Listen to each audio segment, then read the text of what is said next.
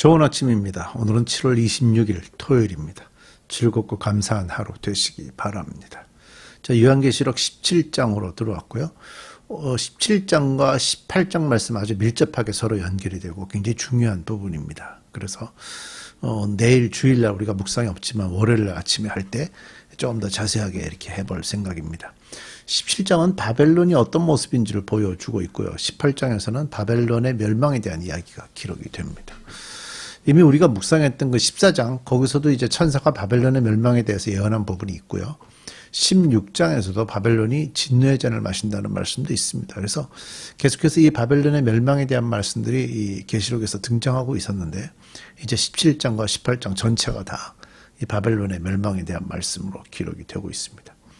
하느님의 말씀은요, 그 말씀 안에서 그 해답을 찾는 게 가장 좋습니다. 그래서 저희가 이제 신학교 다닐 때도 논문을 쓸 때도 성경 안에서 그 뜻을 찾아서 이렇게 해석을 하는 방법들을 많이 배웠는데, 실제적으로 이 바벨론에 대한 것도 이미 기록된 바벨론에 대한 다양한 기록, 성경 안에 있는 기록들을 잘 활용하면 이 부분을 해석하는 데 도움이 많이 되죠. 자, 성경은 스스로가 설명하고 있기 때문입니다. 자, 우리 함께 말씀을 들여다볼까요? 계시록 17장 1절부터 18절 말씀이고요. 큰 창녀에게 내릴 심판이라는 소제목이 있고 1절부터 6절, 7절까지 내용이 묶음이 있고 그 뒤에 또 내용이 묶음이 있어요. 그래서 앞부분을 먼저 보죠. 1절.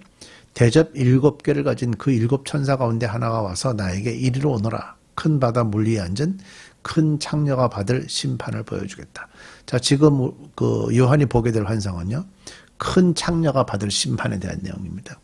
세상의 왕들이 그 여자로 더불어 음행을 하였고 땅에 사는 사람들이 그 여자의 음행의 포도주에 취하였다. 그 여자가 심판을 받는 이유가 뭐죠? 세상의 왕들이 그 여자 때문에 망가졌어요. 음행을 했고요. 땅에 사는 사람들도 이 여자의 음행의 포도주의 잔을 마셔서 다 망가졌기 때문에 이 큰 창녀가 심판을 받게 되는 이유가 되는 거죠. 3절.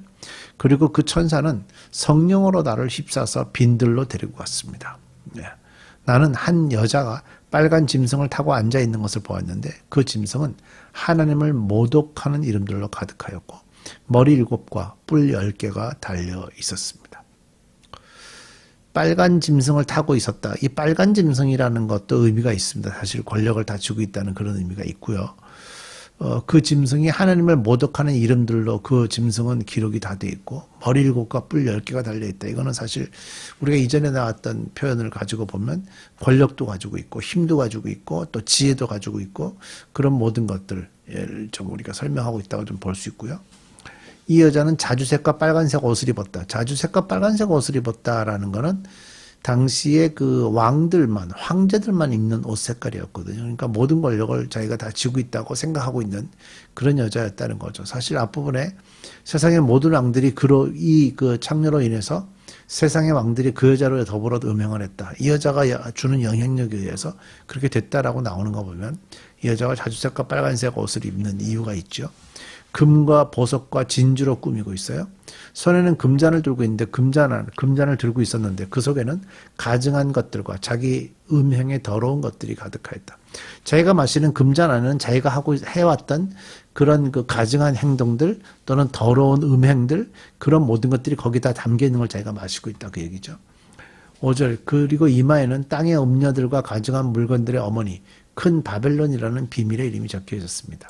자, 누구냐?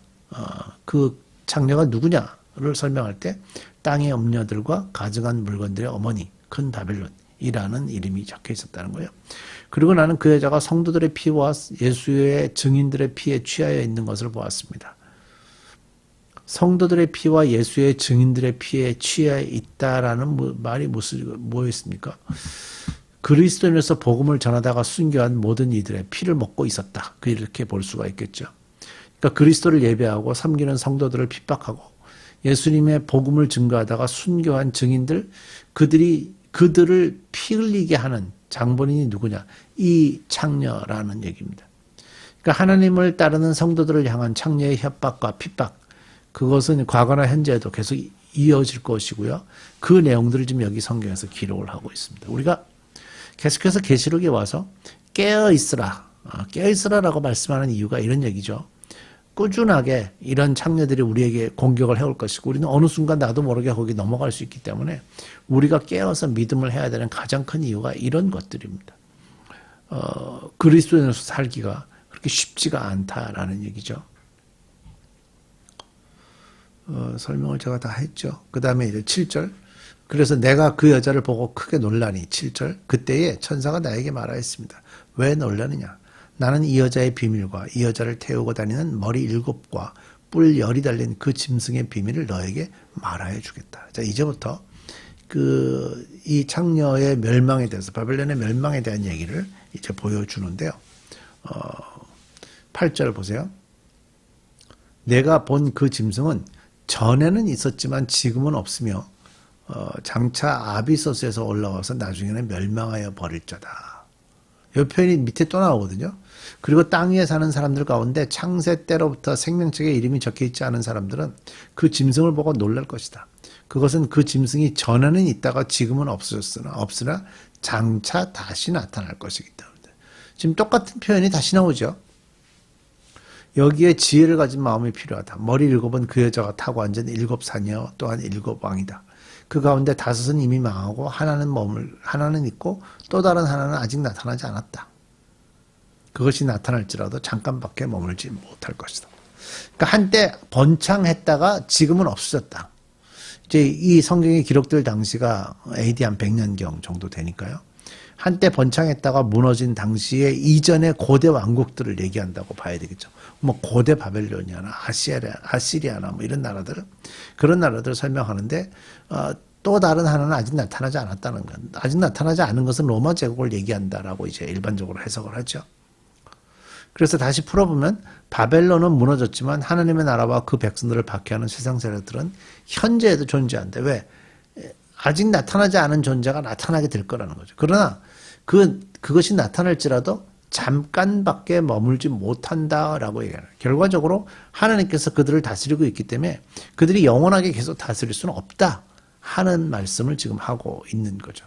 자, 이 얘기는 이제 8절, 9절, 10절 계속해서 이 설명을 하고 있는 거예요. 자, 11절 보세요. 또 전에 있다가 지금은 없는 그 짐승은 8번째인데 그것은 7 가운데 속한 것으로 마침내 멸망하여 버릴 자다. 그러니까 어떻게 보면 8번째 새로운 존재가 나오는 것 같지만 사실은 처음에 얘기했던 그 7 가운데 속해 있기 때문에 결과적으로 새로운 게 아니고 그들은 망해 가는 거다.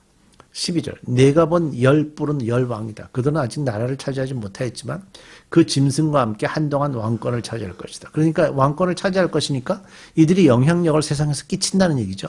그들은 한마음이 되어서 그들의 능력과 권세를 그 짐승에게 내어줄 것이다. 그러니까 짐승을 타고 있었잖아요. 그 짐승이 내줘서 그 짐승이 다 영향을 끼치게 해줄 거라는 거예요. 그런데 보세요. 14절. 그들이 어린 양에게 싸움을 것인데 그 짐승과 이 10뿔은 그 열왕이라는 그들이 힘을 합쳐가지고 능력과 권세를 합쳐서 어린 양에게 싸움을 걸 것인데 어린 양이 그들을 이길 것이다. 이미 다 보고 있는 거죠. 그것은 어린 양이 만주의 주여 만왕의 왕이기 때문이며 어린 양과 함께 있는 사람들이 부르심을 받고 택하심을 받은 신실한 사람들이기 때문입니다. 이미 하나님께서 예정해 놓으셨고요.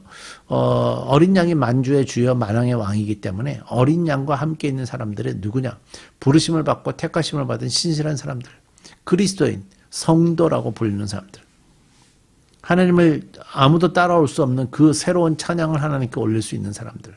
그 사람들이라는 것을 지금 말씀해 주는 거예요. 그래서 싸움을 걸지만 못 이긴다는 거예요. 15절. 천사가 또 나에게 말하였습니다. 내가 본 물, 곧 그 창녀가 앉아있는 물은 백성과 무리들과 민족들과 언어들이다. 그러니까 이 창녀는 얼마나 그리스도인들, 성도들, 하나님을 예배하는 자들을 바닥에 깔고 그 위에 올라서 있는가 하는 걸 좀 볼 수가 있죠. 그리고 이제 백성들과 무리들과 민족들과 언어들이란 말은 그런 세상의 모든 종족들에게 다 영향을 끼치는 자가 이 천사라는 거예요. 이 창녀라는 거예요. 그들에게 모두에게 영향을 끼치는 겁니다. 그래서 그들 사이의 관계들을 다 이 창녀가 이렇게 조작을 하고 하는 거죠. 16절. 그리고 내가 본 그 10뿔과 그 짐승은 그 창녀를 미워해서 비참하게 만들고. 자, 이제는 그 짐승과 창녀가 싸움을 합니다. 창녀가 짐승을 타고 있었죠. 타고 있었는데 그 창녀와 짐승이 싸움을 하기 시작합니다. 벌거벗은 꼴로 만들 것이다. 그들은 그 창녀의 살을 삼키고 그 여자를 불에 태울 것이다. 그것은 하나님께서 당신의 말씀을 이루실 때까지 당신의 뜻을 행하려는 마음을 그들에게 주셔서 그들이 한 마음이 되어 그들의 나라를 그 짐승에게 주게 하셨기 때문이다. 내가 본 그 여자는 세상의 임금들을 다스리는 통치권을 가진 큰 도시를 가리킨다. 결과적으로 뭐냐면 이 세상에 그 심판의 때가 오면 올수록 그들은 스스로 멸망의 길을 걸어가게 된다라는 거죠. 그러니까 종말의 시기가 가까울수록 이 세상에 갇힌 불신자들은요, 자신들의 기대가 없어지고 꿈이 무너지죠. 그런 것들을 보면서 오히려 더 교만해지고 오히려 더 강팍해져서 하나님을 원망하고 하나님을 대적하는 거예요. 결과적으로 회개하고 하나님께로 가야 되는데 그렇게 안 된다는 거예요. 그게 세상의 이치라는 것을 오늘 여기서 말씀해 주는 겁니다. 우리 월요일 말씀에서는 이 바벨론의 구체적인 멸망에 대한 말씀을 함께 보겠습니다. 기도하겠습니다. 하나님, 오늘도 말씀 주셨습니다. 세상은 점점 더 강팍해져 간다 그랬습니다. 우리는 믿음을 가졌으니 그 믿음으로 하나님만 예배하며 살게 해 주옵소서.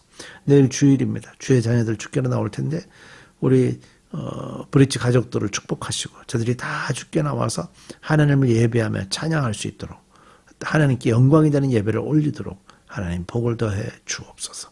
예수님의 이름으로 기도드립니다. 아멘.